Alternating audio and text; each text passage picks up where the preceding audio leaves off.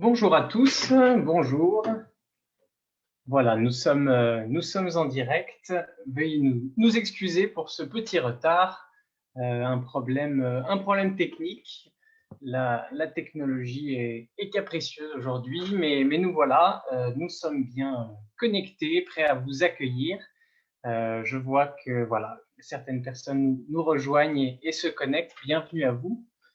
Bienvenue dans ce donc nouveau Facebook Live organisé par Bouquinbec.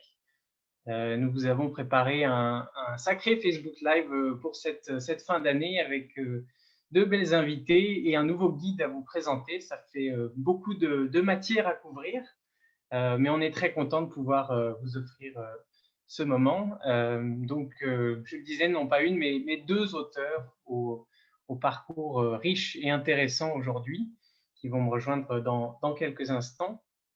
Et également Simon Dulac, le président de Bouquinbec, qui sera là pour participer à la conversation et vous parler donc de ce sixième guide que nous publions aujourd'hui. Voilà, après de longs mois de travail, de préparation, nous sommes prêts.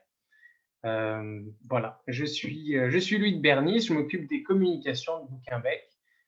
Certains sont peut-être habitués, nous procéderons comme les derniers Facebook Live, c'est-à-dire qu'il y aura d'abord une discussion, un échange avec les différentes personnes. Si vous avez des questions, sentez-vous tout à fait libre, à l'aise de les poser pendant le live. Soit j'attraperai les questions au vol et les poserai à nos invités, soit on y reviendra plutôt à la fin de la discussion, soit dans 30-40 minutes environ. Voilà, en tout cas, on fera en sorte de répondre le mieux possible aux interrogations que vous pourriez avoir. Sans plus attendre, écoutez, je vais afficher, je vais inviter à ce que nos invités me rejoignent. Voilà, je vais donc réactiver les micros pour qu'on puisse bien s'entendre et bien communiquer ensemble. Nous avons donc Simon. Bonsoir Simon. Bonsoir. Parfait. Nancy également. Voilà. Bonsoir Nancy. Bonsoir. Bonsoir Louis, ça va? Et bonsoir Louise. Bonsoir. Les sons fonctionnent bien, merveilleux. Nous avons donc voilà un petit 10-15 minutes de retard, mais nous sommes bien là. Je vous propose de commencer tout simplement. Vous pourrez le faire mieux que moi. Nancy, Louis, je vous demanderai peut-être de vous présenter ce que vous faites un peu dans la vie aujourd'hui et puis quel livre vous avez publié. Nancy, peut-être si tu veux bien commencer. Oui, bonsoir. Alors, mon nom, c'est Nancy Mbatika. Je suis auteure. J'ai publié en 2015 Chronique d'une femme en or. Je vais peut-être même le présenter ici. Chronique d'une femme en or. Et en 2016, j'ai fait Chronique d'un homme en or. Donc, pas de jaloux. Donc, les deux ont été auto-publiés chez Bouquinbec. Ça fait déjà 5 ans que c'est sorti. Et puis, je viens de publier la version anglophone de Femmes en or. Ça fait à peine une semaine. Alors, voilà. Très, très récent comme actualité. De ton côté, Louise, tu as également publié plusieurs livres. Pourrais-tu nous en parler un peu? Ouais, j'ai d'abord publié un texte qui s'intitulait Pour toi, Jacques, auprès d'un éditeur. Et après cette première expérience-là, j'ai pris contact avec l'auto-édition. Donc, à partir de là, j'ai publié rapidement 3 livres, dont 2 fictions, Géant et Bug Céleste. Et le texte qui avait déjà été publié chez un éditeur, je l'ai repris pour faire un recueil plutôt chronique qui s'appelle Miniature. Donc, aujourd'hui, j'ai 3 livres qui sont disponibles chez Bouquinbec. Parfait. Si on revient un petit peu aux origines de vos parcours, je serais curieux de savoir quelle place occupait l'écriture dans vos vies. Est-ce que le livre était déjà un projet que vous aviez en tête depuis longtemps? Nancy, si on reprend le même ordre. Oui, ben En fait, l'écriture dans ma vie avant, c'était surtout un passe-temps. Donc, j'écrivais des nouvelles, de la poésie, des choses comme ça. Mais l'idée de chronique d'une femme en art, en fait, ça m'est venu d'un besoin parce que je voulais que les personnes âgées aient un moyen de se raconter. Il existait déjà des livres pour que les grands-mères se racontent, pour que les mères se racontent, mais pour les femmes en général, il n'y en avait pas. Donc, en quelques mois, je dirais, j'ai pensé à des questions que j'aimerais poser aux femmes de mon entourage. Et puis, ça s'est fait quand même assez rapidement, là, de consolider tout ça, puis d'en faire un livre. Et puis, voilà, c'est comme ça que je me suis tournée vers l'auto-édition. Et alors, est-ce que tu connaissais déjà l'auto-édition? C'est en faisant des recherches que tu as pu un peu découvrir ce que c'était? C'est en faisant des recherches parce que j'avais une vision plutôt romantique, je dirais, de l'édition. Donc, je pensais qu'un éditeur viendrait cogner à ma porte. Puis, moi, je suis allée cogner à plusieurs portes, de nombreuses portes d'éditeurs en présentant mon projet. Puis, tout le monde me disait, c'est une super idée, mais on n'est pas sûr, le marché, hein, on n'est pas trop sûr. Puis, la graphiste avec qui j'ai fait affaire, c'est une amie. En discutant avec elle, elle disait, ben, tu pourrais le sortir toi-même, mais sûrement moyen. Puis, en faisant des recherches, ben, je suis tombée sur Bouquinbec. Et puis, comme j'aime le dire, c'est des magiciens qui ont, qui ont rendu possible le projet. Voilà. Toi, de ton côté, Louise, tu avais peut-être déjà fait plus de recherches avant ou non? Moi, ça c'est bon. L'écriture d'abord est dans ma vie depuis toujours. J'ai toujours une plume à la main. J'écris depuis longtemps. J'ai une impressionnante collection de lettres de refus d'éditeurs depuis des années et des années. Et c'est au moment de la publication de Pour toi, Jacques, que j'ai été invitée au Salon du livre de Val-d'Or. Et c'est en me promenant au Salon du livre que j'ai fait la connaissance de Bouquin Plus à l'époque, Pierre Larochelle, et on a eu l'occasion de discuter. À partir de ce moment-là, il m'a invité à aller le rencontrer. J'avais visité l'imprimerie, puis Pierre a été une bonne ressource pour m'expliquer. C'est un milieu-là qui est très, très opaque quand même. La différence entre des éditeurs à compte d'éditeurs puis des éditeurs à compte d'auteurs, sont pas facilement détectables. Et aussi, je réalisais que je pouvais faire mes propres projets moi-même. Je pouvais prendre toutes les décisions dans la réalisation de mon projet. Donc ça, l'auto-édition, c'est une belle solution pour quelqu'un qui a, je pense, ça prend un peu un tempérament entrepreneur, mais quelqu'un qui veut s'impliquer dans la réalisation de son projet, là, c'est une très, très belle avenue. Si je peux, Oui, oui, je t'en prie. oui, si je peux rajouter à ce que Louise disait, ça donne un certain pouvoir aussi, hein, de pouvoir mettre la main à la pâte, de pouvoir superviser chaque étape. Moi aussi, je me souviens d'avoir rencontré M. Larochelle qui m'avait fait visiter l'imprimerie en tant que telle, puis dire, regarde, c'est ici que ton livre va être imprimé. Puis, tu sais, ça donne un boost, hein, je dirais, mais effectivement, en auto-édition, le fait de pouvoir regarder à chaque étape, de suivre qu'est-ce qui se passe, la fierté de tenir son livre à la fin, c'est pas la même chose que quand on le voit grandir, dans le fond. C'est vraiment notre bébé, comme on dit, du début à la fin. Donc, de pouvoir suivre, là, ça donne beaucoup de pouvoir.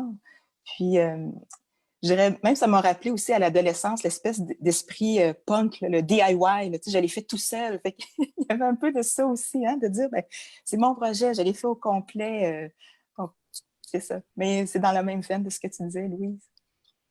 Si je me tourne vers toi, Simon, est-ce qu'on pourrait dire que des profils comme ceux de Nancy, Louise, qui ne sont pas forcément énormément au courant du monde de l'édition, est-ce que ce sont les profils qu'on retrouve le plus parmi les auteurs Oui. Alors d'abord, je voudrais juste dire, puisqu'on parle beaucoup de Pierre, on lui dit bonjour. Pierre,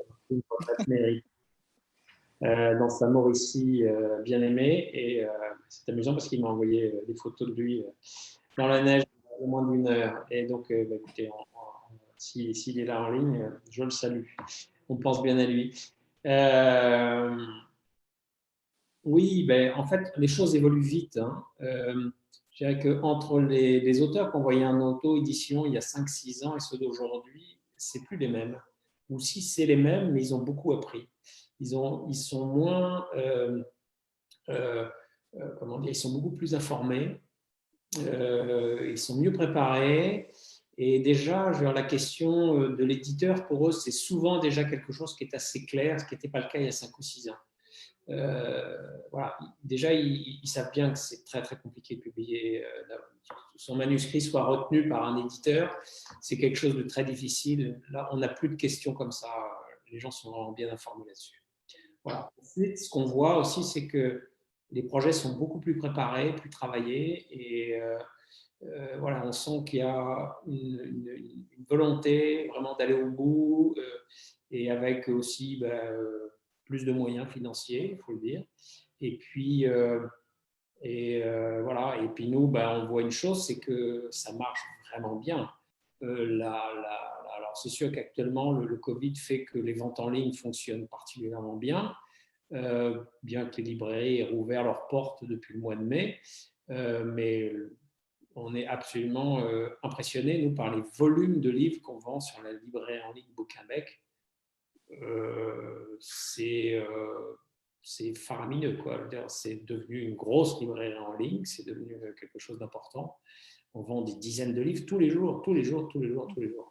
Donc, et ça fait beaucoup de redevances tous les mois qui sont payés aux auteurs, quoi. Donc, avec des niveaux, bon, je ne vais pas faire de publicité, là, c'est pas le moment, mais avec des niveaux de redevances qui sont vraiment bons. Donc, voilà. Donc, les choses ont quand même beaucoup évolué. Voilà. Tu parlais de préparation. Toi, Louise, par exemple, tu es comptable professionnel agréé, comme on le disait. Si on revient un peu, si on se replonge dans tes premiers projets, à quel point est-ce que ce côté-là, CPA, avait une influence sur la préparation de tes projets? Est-ce que c'était très structuré? Est-ce que ça s'est amélioré avec le temps? C'est pas le premier geste que j'ai posé. Le premier geste que j'ai posé quand j'ai eu le contrat d'édition, ça a été d'organiser mon site web, en fait.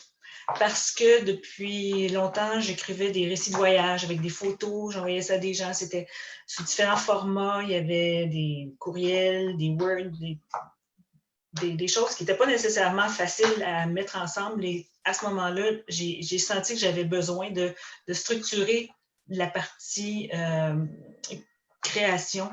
Tous mes projets de création devaient être sur une première plateforme. Mais tout de suite après, il a fallu que je commence à me bâtir un petit système comptable sur Excel. Et puis, quand j'ai vu ce que ça coûtait, cette affaire-là, je me suis inscrite à Revenu Québec pour obtenir un numéro d'entreprise et m'inscrire aussi à la TPS-TVQ pour pouvoir réclamer les taxes. Donc, tout de suite, ça a été rapide. Puis après, mon Excel a plafonné, puis j'ai dû me tourner vers un système comptable, une licence de système comptable. Mais je tiens bien ma comptabilité à jour. Je suis hyper rigoureuse là-dedans. Oui. Et donc, tu as pu voir assez rapidement les bénéfices que tu en retirais. Oui. Oui, c'est sûr qu'il y a des avantages fiscaux, mais il y a quand même, il faut comprendre le projet avant de structurer la partie comptable. Puis ça, c'est traité dans le guide. C'est pas tous ceux qui écrivent qui peuvent nécessairement avoir un avantage fiscal. Très bien. Cette question, oui, de la préparation et de la comptabilité, je crois que ça a été un point qui a eu une influence aussi dans ton projet à toi, Nancy, parce que c'est un peu ce qui a marqué le tournant entre ce que tu as vécu et appris en auto-édition et ensuite une deuxième phase de ton projet, si on peut dire. Est-ce que tu pourrais nous raconter un peu cette aventure-là? Oui, en fait, honnêtement, je ne savais pas dans quoi je me lançais quand j'ai auto-publié. Donc, j'ai vraiment, comme on dit en bon québécois, appris sur le tas. Donc, que ce soit autant de faire des mises en place chez les libraires, tout ça. Et puis, rapidement, je ne vais pas dire que j'ai été victime, je me suis fait prendre au piège de mon succès, dans le fond, parce que là, c'était très, très en demande, puis je ne fournissais plus. Puis, il y a beaucoup de chapeaux à porter en même temps. On en parlait avec Louise, là, être auteur à son compte, c'est être entrepreneur, donc il faut voir la comptabilité, la distribution, tout ça. Et puis, donc rapidement, c'est ça, la demande était très grande, et puis je suis retournée cogner à des portes d'éditeurs en disant, ben, écoutez, là, ça va vraiment bien, ça va tellement bien que j'y arrive plus. J'arrive plus à gérer tout ça, j'ai besoin d'aide, seriez-vous intéressé? Donc là, soudainement, il y a certaines portes chez les éditeurs qui se sont ouvertes. Et puis, donc, il y avait quand même l'avantage de dire, ben, je me décharge de tout ce qui est gestion, distribution, la comptabilité. Je ne suis pas CPA, alors je pouvais laisser ça à quelqu'un d'autre. Donc, j'ai remis ça dans les mains d'une maison d'édition. Mais il y a quand même des désavantages. Et comme je disais tout à l'heure, quand on est auto-publié, ben, on voit toutes les étapes, puis on voit tout le cheminement, on suit les livres aussi, on sait combien il y en a à gauche, à droite, alors qu'en édition, ben, on s'en remet vraiment à la maison d'édition. Donc, on reçoit les redevances une fois par année. Donc, pendant 12 mois, on n'a aucune idée est-ce que ça fonctionne bien, ça ne fonctionne pas. La promotion, quand c'est nous qui la préparons, bien, on sait à quel moment dans l'année il faut pousser un peu. Bon. Donc, je ne vais pas dire que c'est stressant, mais j'ai cru faire un bon move, comme on dit, d'aller vers une maison d'édition en disant, bon, bien, ils vont tout gérer, ils sont habitués, ils en ont vu d'autres et tout ça, mais en même temps, c'est une grosse boîte, donc ils en gèrent beaucoup et puis c'est pas leur bébé à eux. Hein. Si je peux reprendre l'analogie, là, quand c'est notre projet, on y va bec et ongle, on va dans tous les salons du livre, on essaie de convaincre les gens, tout ça. Alors qu'une maison d'édition, ben, ils ont des représentants, oui, qui travaillent pour tout le monde, mais c'est pas leur projet à eux. On fait partie de l'écurie, mais on n'est pas, je sais pas, on n'est pas la mascotte en avant. Là. Donc, c'est ça. Il y avait quand même des avantages, mais des désavantages à faire avec une maison d'édition. Oui. Ouais, donc, tu as eu une période où tu as pu respirer d'abord quand on t'a aidé, puis en fait, de ce que je comprends, un sentiment d'avoir perdu un peu le contrôle ensuite assez rapidement et que ce soit plus flou.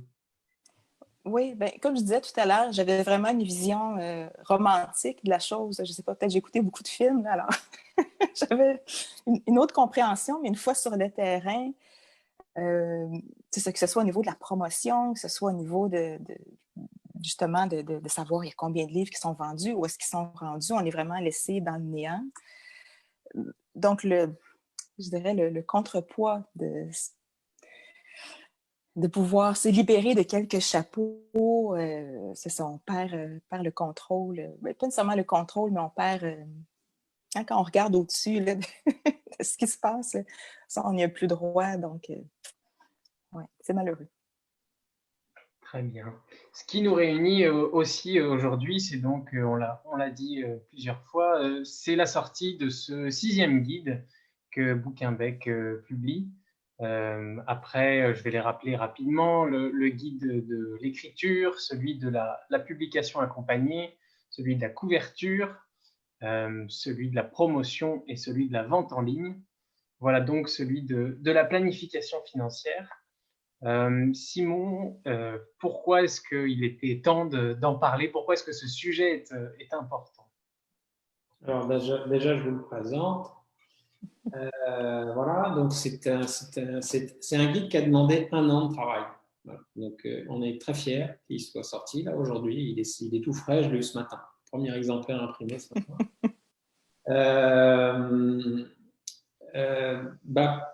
Peut-être parce que d'abord moi aussi je j'ai pas les beaux diplômes de Louise. J'ai des études nettement plus courtes, mais je suis chef d'entreprise depuis très longtemps et donc j'ai été directeur financier d'une assez grosse société. Je sais ce que c'est que diriger, je sais ce que c'est que compter. Je sais que compter, c'est l'essentiel. Voilà. Et je passe une grosse partie de mes journées à compter, encore aujourd'hui. Donc voilà, on voulait dire ça aux auteurs, que c'est important de le faire, et on a eu la chance de croiser la route de Louise avec son expertise. Je me suis dit que c'était vraiment l'occasion idéale pour publier ce guide avec elle, parce qu'elle avait à la fois, elle était auteure, elle a publié 4 livres, et ensuite, donc elle a une vraie expérience, elle est légitime, elle a vendu des livres, elle en a vendu pas mal, et puis ensuite, elle a travaillé dans des grandes entreprises. Voilà, c'est ce que c'est que de gérer son budget. Et voilà. Donc, elle a évidemment une expertise vraiment remarquable à mettre à disposition des auteurs. Donc, moi, je lui ai demandé l'année dernière au Salon du Livre de Montréal si elle serait d'accord pour faire ce guide avec nous. Et elle m'a tout de suite dit oui. Et voilà, donc on a travaillé ensemble pendant une année. Bon, s'il n'y avait pas eu de Covid, ce serait sans doute sorti plus vite que ça. Mais bon, voilà, il y a eu ça. Et donc, ça a pris un peu plus de temps. Mais je pense qu'honnêtement, il est excellent ce guide. Moi, je suis très fier de ce qu'il y a du contenu. Je crois que ça serait intéressant que Nancy, qui l'a lu, nous donne son avis, parce que vous verrez d'ailleurs qu'à l'intérieur du guide, il y a 3 entretiens. Il y en a un avec Louise, évidemment. Et il y en a un avec Nancy, puis aussi un autre avec Annick d'Avignon, et qui parle de tous ces sujets-là et de façon extrêmement vivante, très concrète. Et je pense que ça aussi, je voulais qu'à l'intérieur de ce guide, il n'y ait pas que des chiffres, de la technique, de la comptabilité, des questions fiscales, etc. Ça aurait été très ennuyeux, mais il y a aussi des vraies histoires d'auteurs. Et à travers ces 3 entretiens, c'est à ça qu'on a accès. Et je pense que ça va beaucoup parler aux auteurs, parce qu'ils vont voir exactement ce qui peut les attendre, ou s'ils ont déjà publié 1 ou 2 livres, peut-être creuser cette question-là et puis découvrir quelque chose qui est intéressant, parce que faire un plan d'affaires, c'est pas une punition, hein. C'est vraiment c'est un exercice vraiment intéressant, et vous allez en apprendre beaucoup sur vous. Puis vous allez voir un truc qui est génial. Moi, je suis chef d'entreprise depuis très longtemps. C'est que le jour où vos prévisions se réalisent, je peux vous dire que vous vous sentez vraiment bien. C'est une belle journée. Voilà, c'est un beau moment que vous vivez, quoi. Et parce que tout ça, évidemment, ça se construit. On en parlait tout à l'heure, juste avant qu'on prenne l'antenne, avec Louise et Nancy. Quand on se lance, on ne sait pas si ça va marcher. Voilà, jamais. Voilà. Donc peut-être, Nancy, tu pourrais nous dire ce que tu penses de ce que tu as pensé du guide. J'aimerais dire que j'aurais aimé la voir avant de me lancer. Parce que je me suis quand même cassé les dents quelquefois. C'est une histoire qui finit bien, mais quand même, il y a eu des... je me suis enfargée un peu. Je l'ai lu, puis il y a tellement de trucs, que ce soit comment établir le prix de vente de son livre, comment faire des prévisions, que ce soit aussi de faire l'étude de marché. C'est vraiment bien, bien expliqué. J'avais raconté à Simon, j'avais suivi un cours au SAGE, c'est une école d'entrepreneurs, puis on donnait des trucs, mais pour les entrepreneurs en général. Mais là, avec le guide, c'est vraiment spécifique avec, des objectifs, comment calculer, si vous voulez rentrer dans votre argent, au moins couvrir les dépenses, voici comment vous devez vous fixer des objectifs. Puis, ça nous remet vraiment les yeux en face des trous pour dire, là, c'est la réalité. Là. Oui, on a tous le rêve de vendre des best-sellers, mais par exemple, je ne sais pas si je peux mentionner, mais dans le livre, on parle de, mais par exemple, dans votre famille, combien vous comptez vendre de livres versus votre cercle d'amis, puis par exemple, dans un salon du livre. Donc, c'est une façon de visualiser, de se faire un objectif, puis après ça, d'aller comparer avec la réalité, parce que j'ai atteint mes objectifs, comment je pourrais faire ça différemment? Au niveau de la promotion aussi, comment planifier ces bons coups? Non, c'est vraiment complet. C'est à lire avant de se lancer, c'est à lire pendant qu'on se lance, puis c'est à relire une fois qu'on a fait des projets. Parce que, il y a le livre en anglais qui est sorti, il y a d'autres projets qui reviennent, puis c'est sûr que je vais retourner lire parce que j'ai pas la formation de comptable, puis des fois... OK, j'avoue, c'est pas mon chapeau préféré non plus, la comptabilité, mais là, de la voir, c'est bien, bien expliqué, c'est très, très pratique, c'est facile à suivre, puis Oui, c'est un bon coach, effectivement, pour que ça fonctionne. Oui, c'est un bon coup, vraiment. L'intention derrière ça, puis c'était de jumeler mon expertise avec la réalité de l'entrepreneur. Puis c'est pour ça qu'on n'a pas fait un guide fiscal ou comptable, ou on a fait un guide qui touche à beaucoup de sujets. Puis on a donné les références parce que on ne remplacera pas Revenu Québec. Là, puis de toute façon, eux tiennent leur site web à jour continuellement. C'est mieux d'aller à la source directement. Mais on a voulu justement parler aux auteurs dans des mots qui sont faciles à comprendre. Même si ça peut être aride par moment. Oui. Oui, la fiscalité, c'est... Tout ce qui a rapport avec l'argent, la gestion, là, je disais à la blague, c'est pas très sexy, hein, c'est le côté un peu moins sexy de l'entreprise. Oui, effectivement. Donc, oui, ce sont des mots qui peuvent, la comptabilité, fiscalité, pas forcément les premiers mots auxquels on pense quand on a son manuscrit et que l'idée est de le publier d'une manière ou d'une autre. Mais ce qu'on a voulu, oui, essayer de montrer, puis Louise, tu le disais, c'est que ça fait vraiment partie du projet, que ça structure le projet, ça donne des balises en tant qu'auteur pour mieux se repérer tout simplement et mieux avancer. Maintenant, donc, est-ce qu'on pourrait peut-être expliquer un peu comment sera accessible ce guide et à qui est-ce qu'il pourra profiter? Alors, je crois que c'est moi qui vais en dire un mot. Alors, ce guide qui a vraiment demandé un travail assez considérable, en fait, on va le réserver aux auteurs qui ont déjà travaillé avec nous et qui ont choisi en fait notre offre haut de gamme qu'on appelle clé en main, qui comprend révision, mise en page et impression. Bon, pourquoi? Parce que d'abord, il y a beaucoup de travail derrière. Donc, voilà, on ne va pas rendre ça public comme c'est le cas des autres guides qui sont téléchargeables gratuitement parce que le contenu est vraiment très haut de gamme. Donc voilà, déjà les 5 guides téléchargeables gratuitement, il n'y a pas beaucoup d'offres d'auto-édition qui proposent ça, à ma connaissance. Donc voilà. La deuxième chose, c'est parce que ce n'est pas non plus qu'une question bassement commerciale, c'est aussi parce que nous, on sait aujourd'hui, puis ça aussi, c'est quelque chose, je dois dire qu'on est content avec Sylvie, qui est votre interlocutrice pour Bouquinbec, de constater que toujours pareil, entre les auteurs qui venaient nous voir il y a 5 ans et ceux d'aujourd'hui, la notion de révision linguistique, c'est quelque chose qui est intégré aujourd'hui. Les auteurs qui veulent vendre des livres, voilà, de façon significative, ils savent qu'il faut faire une révision linguistique ou si on a besoin d'en parler, le sujet est vite réglé, quoi. Il n'y a pas besoin d'en parler pendant un quart d'heure. C'est quelque chose qui est évident pour tout le monde maintenant. Tout le monde a compris qu'on ne peut pas publier un livre avec des fautes, qu'on ne peut pas publier un livre avec des erreurs, parce que la révision, il y a quelques bons articles qu'on a publiés sur le blog, là déjà, sur la question que je vous conseille de lire.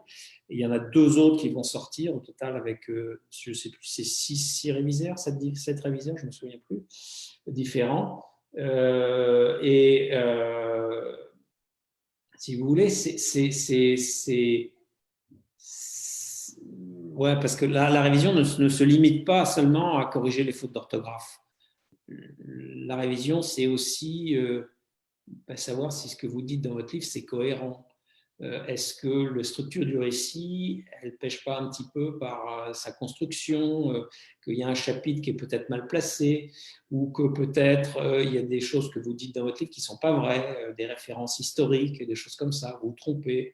Voilà, donc ça, et ça, tout de suite, les lecteurs, ils ont le génie pour tomber là-dessus, et ça va discréditer votre livre. Voilà, c'est évident. Donc tout le monde sait aujourd'hui qu'il faut faire ça quand il a le projet de vendre. Voilà, si c'est un livre pour sa famille, ce n'est pas nécessaire, mais si c'est un livre qu'on veut partager avec le grand public, tout le monde l'a compris aujourd'hui qu'il fallait faire ça. Donc, si vous voulez, c'est sûr que si vous faites un livre pour partager de souvenirs ou les mémoires de votre d'un aïeul que vous voulez partager à 50 membres différents de votre famille, la révision linguistique, elle n'est pas obligatoire. Vous pouvez le faire, mais ce n'est pas une obligation. Si vous voulez dans le grand public, c'est impératif. Et à partir de ce moment-là, il y a des enjeux d'argent, parce que ça coûte cher, une révision linguistique. C'est le premier poste en général dans le coût d'auto-édition. Et puis, là, il faut commencer à compter. Voilà. Donc, ça se tient, ça c'est très cohérent. D'accord, oui, merci. Donc, voilà. Et j'ajoute que ce guide-là, c'est le premier qui comportera des liens qui permettront de télécharger des documents, notamment des tableaux Excel que Louise a conçus pour vous aider à faire votre plan d'affaires. Voilà. Donc, en même temps qu'on remettra le guide ou dans sa version numérique ou sa version papier, on vous donnera accès en fait à une page sur laquelle vous pourrez télécharger des documents qui vous permettront de travailler. Tu veux peut-être en dire un petit mot, Louise? C'est intéressant. Oui, on a bâti des outils simples parce qu'il y a des complexités dans la gestion financière, notamment sur la gestion des stocks. Ça, c'est assez contre-intuitif. Et puis, il faut évaluer ces inventaires au coût moyen pondéré. Donc, j'ai fait un petit fichier Excel. Le coût moyen pondéré doit être calculé par titre pour ceux qui ont plusieurs titres. Donc, c'est pas d'une grande simplicité, mais on a voulu aider les auteurs à avoir ce genre de petit outil-là. On a aussi fait un tableau qui parle de planification financière, donc sur plusieurs mois, pour aider à évaluer le moment de la rentabilité du projet, qui comporte des drapeaux rouges pour dire « Hey, tu as oublié de compter qu'il fallait que tu rachètes des livres rendus là dans ta planification financière. » Donc, c'est des outils simples, mais qui sont assez faciles d'utilisation. Super, oui. Donc, c'est ça. Pour résumer, que ce soit les auteurs qui ont déjà fait affaire avec Bouquinbec ou les nouveaux qui arriveront et qui feront le choix de cette offre clé en main, avec accompagnement linguistique, mise en page impression, eh bien, auront en plus ce nouveau guide que nous proposons avec ces outils téléchargeables. Et voilà, ce sera vraiment un accompagnement renforcé à partir de maintenant sur ce sujet-là de la comptabilité et de la fiscalité. J'ajoute, c'est un pas de plus pour redonner, c'est vraiment quelque chose qui est important chez Bouquinbec, redonner à l'auteur la première place, quoi, vraiment. Donc on est là pour, je suis désolé, je vais utiliser un mot anglais, mais j'ai jamais trouvé de traduction en français qui me satisfasse. C'est le mot empowerment. C'est vraiment donner les moyens à l'auteur de réaliser, et de faire le meilleur travail possible, d'être le plus conscient possible, le plus en contrôle possible. Voilà, ça pour nous, c'est extrêmement important. Donc, tout ce qu'on sait, tout ce qu'on apprend aussi, parce qu'on apprend des choses tous les jours, notamment grâce aux auteurs, on essaye de vous le rendre, de vous le partager, de façon à ce qu'on ait tous le même niveau de connaissance. Voilà. Donc, ça c'est très important chez nous. On ne se considère pas comme étant des gens supérieurs parce qu'on en sait un petit peu plus que vous. Non, s'il y a des choses qu'on sait, on va vous le partager, on va vous le dire. Ça, c'est vraiment une vraie valeur qui tient beaucoup de place chez Bouquinbec. On reçoit une question peut-être pour toi, Louise, question concernant le meilleur moment pour faire le plan d'affaires. Est-ce que le développement du plan d'affaires se fera bien si on le fait après qu'on ait remis le manuscrit au service de révision? D'abord, je pense qu'il faut commencer le plan d'affaires au moment où on a le plus d'informations disponibles. Déjà, quand on a remis au service de révision, j'imagine qu'on a reçu un devis. Donc, on sait combien ça va coûter. Pour moi, le plan d'affaires, ce n'est pas un document statique, c'est un document évolutif. Les paramètres de départ vont nécessairement changer en cours de projet, en cours de réalisation. Il faut toujours un peu se réajuster. Donc, pour moi, je suis encore papier. J'ai mon agenda papier qui me sert de base pour faire mon plan d'affaires. J'ai toutes sortes de notes, j'ai des sections financières, j'ai des sections plutôt promotionnelles. Mais le plan d'affaires, c'est un outil qu'on doit avoir, garder vivant. Et on se mesure après aussi. Parce qu'on se fixe des objectifs, puis après, il faut valider, voir si nos hypothèses de départ étaient raisonnables, erronées. Et quelqu'un m'a déjà dit, ben, si ton projet ne fonctionne pas, ben, faut le prévoir, mais si ça fonctionne au-delà de tes attentes, ben là, il faut être préparé. Puis c'est à ça que ça sert aussi un plan d'affaires. Est-ce que tu pourrais dire que tu as fait, dans l'entretien, au début du guide, tu expliques quelque chose de très intéressant sur justement tes agendas et comment tu peux, je trouve que c'est très, très intéressant. Excuse-moi, là, j'ai pas. Est-ce que tu peux En fait, tu expliques que dès le départ, tu commences à prendre des notes, tu utilises des couleurs différentes. Oui. Et au fur et à mesure, en fait, tu te construis toute une espèce de base de données avec tout un tas d'informations que tu as. Oui. Et c'est ça qui, parce que tu le relis régulièrement, te permet de savoir où tu vas. Est-ce que tu es à jour? Combien tu passes de temps là-dessus? Qu'est-ce que ça va te coûter, etc. Oui.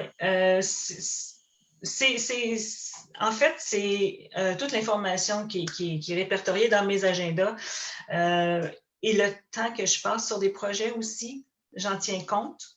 Et aujourd'hui, je peux savoir qu'un projet de recherche, par exemple, là, je travaille sur un projet de biographie, que je vais passer 700 heures de recherche.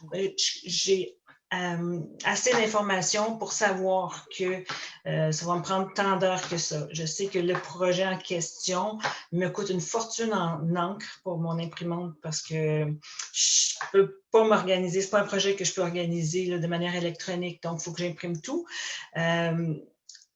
Mais ça, c'est en prenant des notes et en me relisant pour remplir les différentes sections de mon plan de travail.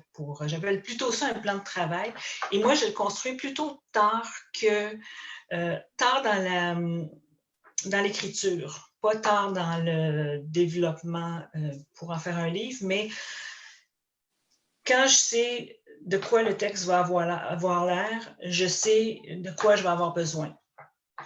Et puis, bon, j'ai eu l'expérience 3 livres en auto-édition, donc je sais combien ça coûte à peu près pour le nombre de pages. Même chose pour le montage graphique. Donc, je pense que c'est important de prendre des notes, de beaucoup documenter et de beaucoup se remettre en question aussi. Et puis, si je me tourne vers toi, Nancy, en fait, un projet de livre peut aussi se transformer et ouvrir d'autres portes. Le fait de le structurer peut aider un peu. On parlait un peu avant ce Facebook Live des différents chapeaux que tu as aujourd'hui. Pour toi, ça a été une porte ouverte en fait vers plein d'autres projets, ce livre. Oui, ben c'est sûr que le projet de livre est venu d'un intérêt d'aider des personnes âgées. Puis, de fil en aiguille, ben, bon, le livre est sorti, puis on a commencé à me demander de donner des conférences sur l'histoire de vie. Donc, j'ai commencé par là. Ensuite, on m'a demandé des ateliers, donc conférences, ateliers. Ben, je me suis joint à une équipe Eugéria qui travaille dans le domaine des personnes âgées aussi pour le bien vieillir, tout ça. Donc, ça fait de boule de neige finalement, mais tout ça est parti d'une idée. Puis le fait d'avoir un livre aussi qui vient comme appuyer les différents projets. Puis j'ai continué aussi en étudiant en gérontologie sociale. Donc, tout ça est parti d'un livre finalement. Puis le fait que ça a bien fonctionné, ça a juste confirmé que je n'étais pas à côté de la traque, comme on disait. J'étais bien enlignée. Alors, oui, puis si je peux rebondir sur ce que Louise disait aussi, le fait de garder des traces ou d'avoir un planning, quand ça ne fonctionne pas bien, on peut revenir dans nos notes et essayer de voir, OK, où est-ce que je me suis trompée ou qu'est-ce que j'aurais pu faire différemment? Puis de se reprendre au courant de l'année ou de se reprendre avec d'autres projets, mais c'est un peu comme une photo. Hein? C'est sûr que ce n'est pas statique dans le temps, mais on prend une photo à ce moment-ci, puis après ça, on peut se réaligner pour que ça fonctionne. C'est ça l'objectif. Oui, et dans l'entretien que tu m'as accordé, tu dis un truc très intéressant justement par rapport aux chiffres, c'est qu'en fait, et notamment au calendrier, ça c'est très important parce qu'il y a les chiffres, puis il y a aussi le calendrier. Ça, c'est très... Je voudrais que tu en dises un mot. Et je voudrais aussi, je ne sais pas si tu te souviens, mais tu m'avais dit que en fait, au début, tu avais un peu peur de mettre les chiffres noir sur blanc parce que tu avais peur de te casser le rêve. Tu peux répondre à ces deux questions?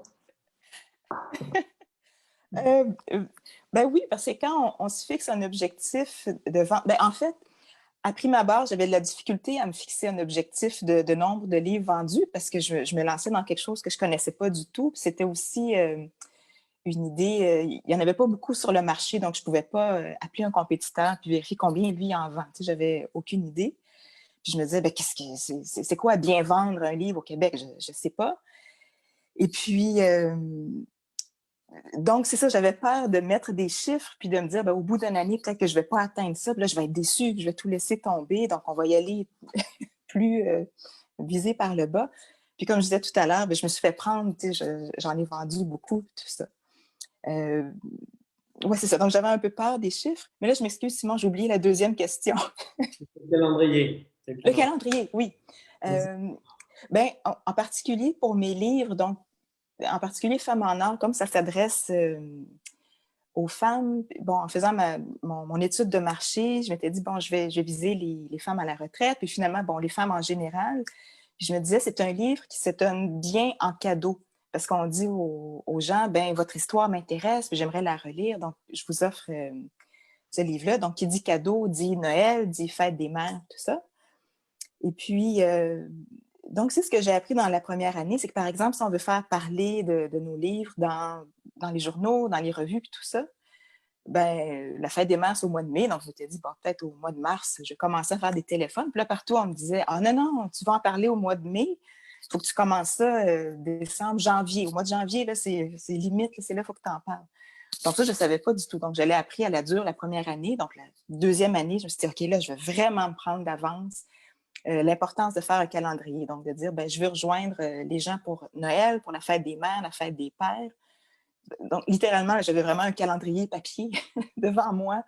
Puis, je me disais, bon, mais si je veux qu'on en parle là, il faut que je calcule combien de temps, il faut que je fasse des démarches, il faut que j'envoie, par exemple, des exemplaires aux journalistes, tout ça. Puis, j'ai vraiment vu l'impact que ça a eu de se prendre d'avance. Ça a bien marché. Et bon, ça, je l'ai appris sur le tas. Si j'avais eu le guide avant, j'aurais su comment m'y prendre. Même chose aussi pour les salons du livre, il faut s'inscrire, que ce soit les marchés de Noël, par exemple, j'en ai fait beaucoup aussi. Le marché de Noël, c'est pas mi-novembre qu'on s'inscrit, c'est plusieurs mois, souvent au mois de juillet, les tables sont déjà réservées. Ça, si on ne le sait pas, on se casse les dents, puis on se reprend l'année suivante. Mais c'est ça, donc c'est des apprentissages, mais au bout du compte, c'est un investissement parce qu'une fois qu'on sait où on s'en va, une fois qu'on sait comment fonctionne le calendrier, c'est un peu plus facile, mais il y a quand même beaucoup de travail à faire. On sait où est-ce qu'on s'en va. On peut bien planifier. Ce sujet-là, oui, tu avais une question, Simon? Est-ce que Louise, tu pourrais rebondir sur le calendrier? Parce que je pense que c'est vraiment une dimension importante dans le guide. Oui, ben, je rejoins Nancy, justement, dans cet apprentissage-là. À quel moment on lance notre livre? Quel genre de contrôle on a sur nos collaborateurs? Planifier son lancement avant d'avoir les livres en main peut être risqué. Donc, il y a des délais, il y a des périodes qui doivent être respectées et il faut le savoir parce qu'on ne le sait pas. On ne le sait pas. Tu parlais des marchés de Noël, ben oui, c'est à l'été. Même qu'il y en a un qui est au mois de mars, il faut que tu réserves au mois de mars pour le salon de Noël qui s'en vient, le marché de Noël. Donc, c'est un apprentissage. Puis comme tu dis, Nancy, quand on le sait, on le sait. C'est vraiment une question de porter plusieurs chapeaux. Hein? Quand on apprend, on dit « Ah, ben tiens, j'ai un chapeau de plus. » On est entrepreneur, en fait. Un auteur en auto-édition, il doit s'occuper de sa promotion, sa publicité, ses ventes, sa comptabilité. C'est réellement ce que c'est. On a une question que j'attrape comme ça au vol qui concerne le processus de publication. Une personne demande, avons-nous le choix de notre réviseur? Alors, je vais vous dire, en fait, si vous voulez, non, on ne vous propose pas le choix entre 2 ou 3 réviseurs, mais là, il faut faire confiance. Voilà. Quand vous arrivez chez Bouquin-Bec, il faut savoir que Bouquin-Bec, on a publié à peu près 1500 livres. Bon, on a un peu d'expérience. Et dans l'organisation Bouquin-Bec, il y a quelqu'un qui a un don pour faire se rencontrer les gens, c'est Sylvie. Et Sylvie, quand elle aura discuté avec vous 1 ou 2 fois, elle va bien comprendre votre projet et c'est avec qui elle pense que ça va le mieux marcher. Et honnêtement, depuis des années et des années qu'elle fait ça, à 1 ou 2 exceptions près, il n'y a jamais eu de modification dans l'équipe de l'auteur. Jamais. Bon, voilà. Donc, et là, il faut vraiment lui faire confiance. Ça n'empêche pas, en plus, que d'abord, vous aurez à un moment donné un contact. Avant de commencer le travail, vous allez avoir une discussion avec le réviseur. Donc, si jamais il y a un problème au départ, si le courant ne passe pas, la chimie ne fonctionne pas, parce que les relations humaines, ça fonctionne comme ça peut arriver, on en parle. On n'est pas rigide, quoi, hein. Je pense que même on est assez souple. Bon, maintenant, voilà, on ne peut pas faire n'importe quoi, mais je pense qu'on est assez à l'écoute des auteurs pour, 1, se tromper très peu souvent, et 2, s'il y a le moindre problème en cours de route, réagir et trouver la bonne solution. Voilà, je pense que Sylvie, c'est quelqu'un de très humain et elle fait tout ça assez bien. Très bien. Je vois qu'il y a différentes questions. Je vais regarder un petit peu. On a répondu à la majorité. Oui, on retrouve alors la question qu'on nous pose à chaque fois, bien sûr. Combien ça coûte de publier un livre? Ben, je vais être obligé de répondre encore. Je suis désolé, je monopolise la parole. Mais en fait, ça n'a pas de prix. Voilà. Bon, ça n'a pas de prix. On ne peut pas vous donner un prix comme ça. C'est comme si un jour vous voulez faire refaire le toit de votre maison.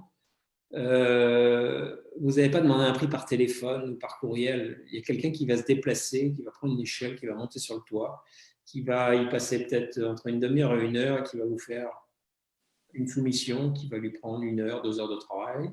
Et voilà, c'est comme ça que ça fonctionne. Bon, ben, en auto-édition, c'est la même chose. Nous, il nous faut un manuscrit. Quand on a un manuscrit, à ce moment-là, on peut l'étudier. Alors, les manuscrits, il y en a des courts, il y en a des longs, il y en a des simples, il y en a des compliqués, il y en a qui sont écrits dans un français impeccable, il y en a d'autres, il y a un peu plus de travail. Il n'y en a pas 2 pareils. Voilà. Donc, je ne peux pas vous dire le prix que ça coûte, ça n'a pas ça ne veut rien dire. Mais par contre, ce que je peux vous dire, c'est que demander un prix, c'est gratuit. Voilà. Et voilà. Donc, et quand vous avez les prix, bah, si vous estimez que ça ne vous convient pas, ou si vous estimez que c'est trop cher, bah, vous ne faites pas affaire avec nous. Et puis voilà, c'est pas plus compliqué que ça. Mais si vous voulez, c'est pas. Alors, je pourrais vous donner des ordres de grandeur, mais ça ne veut rien dire que je vais vous donner des fourchettes énormes. Honnêtement, vous savez, il y a des gens qui ont des projets qui se font pour, je sais pas, 1 500 $, et puis il y a des gens qui ont des projets qui avoisinent les 10 000 $. Mais on ne parle pas du tout de la même chose. C'est comme si vous comparez, je ne sais pas moi, une Toyota Yaris avec une BMW série 7. On ne parle pas de la même chose, quoi. Voilà. Donc, le manuscrit, c'est vraiment idéal. Et nous, si vous voulez, en fait, on fait que des prix sur mesure. C'est pas des prix forfaitaires. Je crois que c'est important d'en dire un petit mot. Je suis désolé, c'est un peu plus long, mais il y a des gens qui peuvent vous annoncer des prix forfaitaires. Mais sachez que le forfait, il y a toujours quelque chose qui se cache derrière. Parce que ça veut dire que quelqu'un qui vous dit, voilà, ça va vous coûter tant, ça veut dire qu'il estime qu'il va y passer tant de temps. Et il ne passera pas plus de temps que ce qu'il a estimé. C'est sûr que non. Donc, à un moment donné, si ça devient trop compliqué, il va accélérer et il ne va pas bien faire le travail. Voilà. Et dans le domaine de la révision, je vais vous dire aussi, petite expérience que tout le monde connaît bien, c'est que vous avez révision et révision. Vous avez les gens qui font de la révision avec un logiciel du type Antidote. Ça, c'est pas de la révision. Et en plus, c'est même pas de la correction parce que ça fait des fautes. Il y a des choses il y a un article d'ailleurs, lisez l'interview de Mario qui est sur notre blog dans les interviews. Vous verrez, il explique comment un logiciel comme, je ne sais pas si c'était pas Antidote, c'était un autre, mais comment il faisait des fautes. Ben oui, parce qu'ils ne comprennent pas le sens des phrases. Voilà. Donc, voilà. Donc, vous verrez, vous trouverez l'article sur le blog Mario. Voilà. Vous prenez l'interview de Mario, vous allez voir, il explique ça très bien. Donc, voilà. Envoyez votre manuscrit. S'il est terminé, évidemment, n'envoyez pas un manuscrit qui est à moitié écrit. Envoyez un manuscrit qui est terminé. Et à ce moment-là, en 3-4 jours, vous aurez un prix. Et puis, vous verrez. On a également une question concernant le nombre de livres à faire imprimer. C'est une question qu'on évoque un peu dans le guide. Est-ce que tu aurais des éléments de réponse, Louise, concernant la méthodologie qui pourrait être bonne à appliquer? Ben, c'est sûr que la tarification Bouquin-Bec est fonction du nombre de volumes achetés. Je pense que c'est un bon exercice à faire le tour de ses connaissances pour un premier livre, de ne pas imprimer 300 exemplaires, d'y aller avec un plus petit nombre, qu'on va être assuré de vendre à 70-75%. Puis répéter au besoin les commandes, parce que tous les livres ne se vendent pas à des centaines et des centaines d'exemplaires, malgré ce que beaucoup d'auteurs pensent de la valeur de leurs livres. Moi, personnellement, je vends bien dans les marchés de Noël, je vends bien dans les... quand je fais l'effort d'aller faire ma promotion, je vends bien. Mais quand je suis un peu plus paresseuse, comme c'est le cas depuis un moment, je sais que je ne veux pas avoir 150 exemplaires de chacun de mes livres dans mon tout petit bureau. Donc, mais il y a des livres qui fonctionnent très, très bien. Là, ça dépend du sujet aussi. Puis vous en avez des exemplaires là, parmi les auteurs de Bouquin-Bec, des gens qui ont vraiment cartonné. Mais pour un premier tirage, moi, j'irais avec 70% d'assurés d'être vendus. C'est un bon chiffre, oui. Nancy, tu as une histoire, je crois, à nous raconter qui est aussi dans le guide, là, où justement, tu m'avais raconté que sur un de tes livres, en fait, poussé par les libraires, tu avais imprimé pas mal de livres. Et puis, en fait, à un moment donné, tu as récupéré les invendus et puis c'était pas un moment agréable. Non, oui, maintenant on peut en rire, là, mais effectivement, comme dit Louise, initialement, le premier livre que j'ai sorti, comme je n'avais pas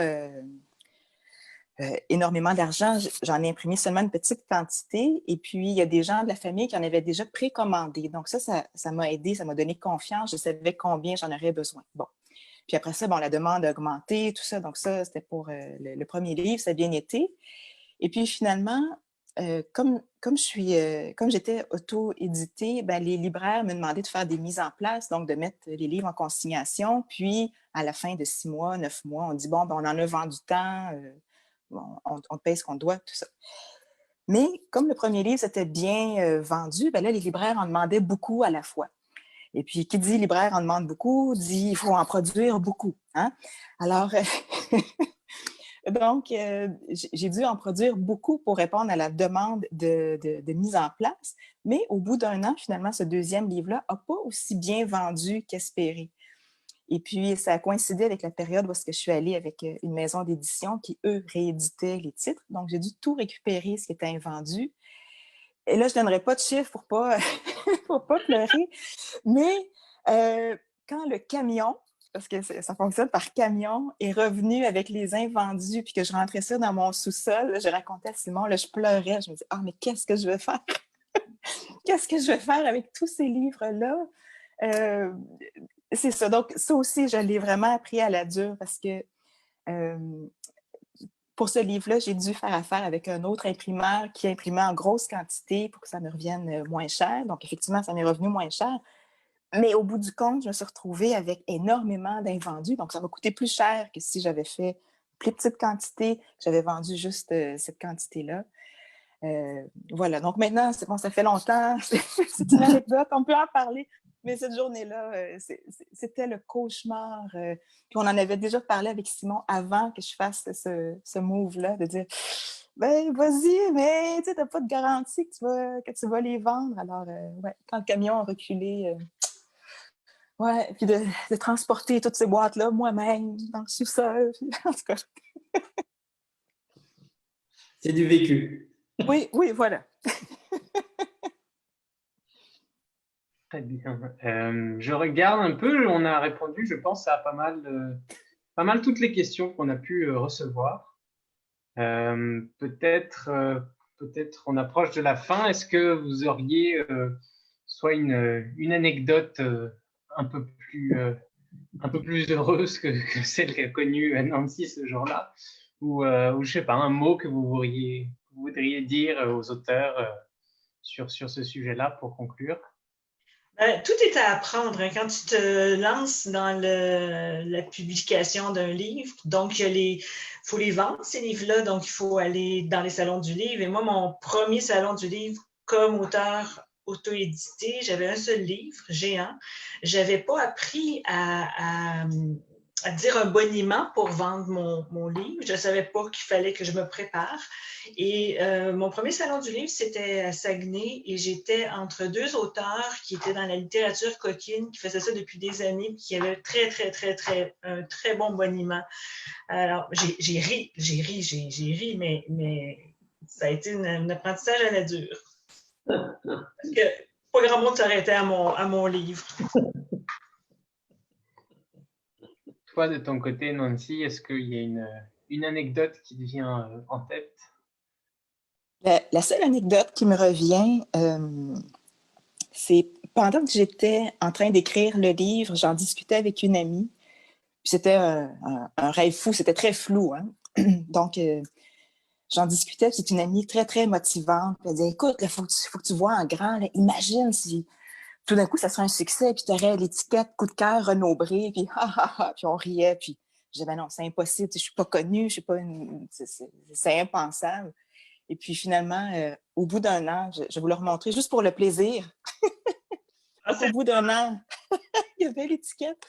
Et puis, même si je n'étais pas connue, mais c'est un livre qui a plu. Donc, dans le fond, je voudrais finir là-dessus, c'est de dire, vous y mettez tout votre cœur dans ce projet-là. Donc, ça va être un succès quand même. Tu sais, c'est pas nécessairement avec les chiffres de vente, mais juste de dire, j'ai travaillé, je suis fière de ce produit-là, puis peut-être que ça peut plaire à d'autres gens. Oui. Très bien. Donc, merci à vous deux beaucoup pour votre temps, pour ces partages. On le rappelle, donc le guide de la fiscalité va être disponible à partir de maintenant pour les auteurs qui viendront nous voir et qui voudront être accompagnés de A à Z dans leur projet. Ça fera partie de l'accompagnement qu'on proposera. Je ne sais pas si Simon, tu voulais rajouter quelque chose pour conclure. Écoutez, moi, merci Louise, merci Louis, merci Nancy. On a passé un moment très agréable. C'est une période là où on ne peut pas se rencontrer. On a quand même pris du bon temps, on a eu du fun. Là, voilà, et puis en même temps, c'était très très intéressant. Donc moi, je dirais que je vais redevenir un petit peu plus sérieux, excusez-moi, mais c'est hyper important si vous avez l'ambition, si vous avez un projet auquel vous voulez donner un peu d'ampleur, il faut absolument passer par l'étape du plan d'affaires. Il faut absolument étudier les choses sérieusement, mettre des chiffres et vous verrez qu'à la longue, ça devient passionnant et parce que c'est un plaisir immense que de voir les chiffres à un moment donné qui décollent, de voir que tous les efforts que vous avez accomplis vous-même, parce que c'est un auteur, il est entrepreneur et il est tout seul. Et donc le succès, quand il arrive, vous ne le devez qu'à vous. Et c'est un plaisir, mais extraordinaire de voir à un moment donné que voilà, les chiffres se ressemblent à ce que vous aviez prévu, ou même des fois sont encore mieux. Voilà, donc c'est vraiment une étape dont il ne faut pas faire l'économie. Si vous voulez vendre plusieurs centaines de livres, c'est absolument, parce qu'on n'en a pas parlé ça, mais c'est sûr que si vous voulez vendre une centaine de livres, tous les auteurs sont capables de le faire parce que la famille, les amis, le réseau, ça fonctionne. Commencer à dépasser les 200 exemplaires, là, ça devient plus compliqué. Là, il faut travailler plus en amont. Et là, je vous renvoie vers les guides de la vente en ligne, guides de la promotion, qui expliquent plein de choses là-dessus. Voilà. Merci à vous. Merci. Merci.